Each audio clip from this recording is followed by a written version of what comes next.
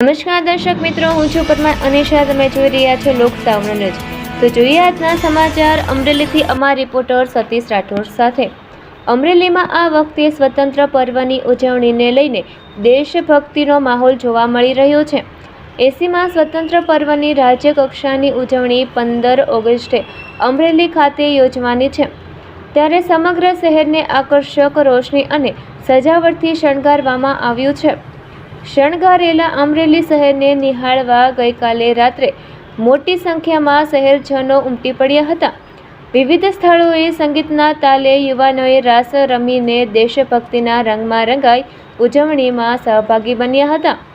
રાજ્ય સરકારના માર્ગદર્શન હેઠળ જિલ્લા વહીવટતંત્ર દ્વારા સ્વતંત્ર પર્વને વિકાસ પર્વ સાથે જોડીને તૈયારીઓને આખરી ઓપ આપવામાં આવી રહ્યો છે.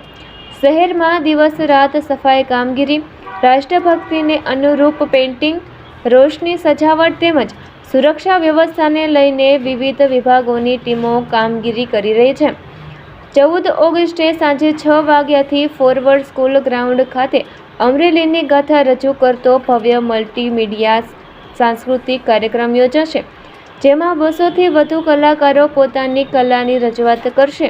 ત્યારે 15 ઓગસ્ટે સવારે 9 વાગ્યાથી મુખ્યમંત્રી ભૂપેન્દ્રભાઈ પટેલની અધ્યક્ષતામાં ધ્વજવંદન સહિતના ગૌરવપૂર્ણ કાર્યક્રમો અને સાંસ્કૃતિક કૃતિઓ રજૂ થશે. રાજ્ય કક્ષાની આ ભવ્ય ઉજવણીને સફળ બનાવવા દિવસ રાત મહેનત કરી રહેલા જિલ્લા વહીવટી તંત્રની ટીમને શહેરીજનો પણ બિરદાવી રહ્યા છે અને મોટી સંખ્યામાં લોકો કાર્યક્રમોમાં જોડાવા ઉત્સાહિત જોવા મળી રહ્યા છે. તો ફરી મળીશું એક નવા સમાચાર સાથે. ત્યાં સુધી જોતા રહો લોકસાવનો ન્યૂઝ.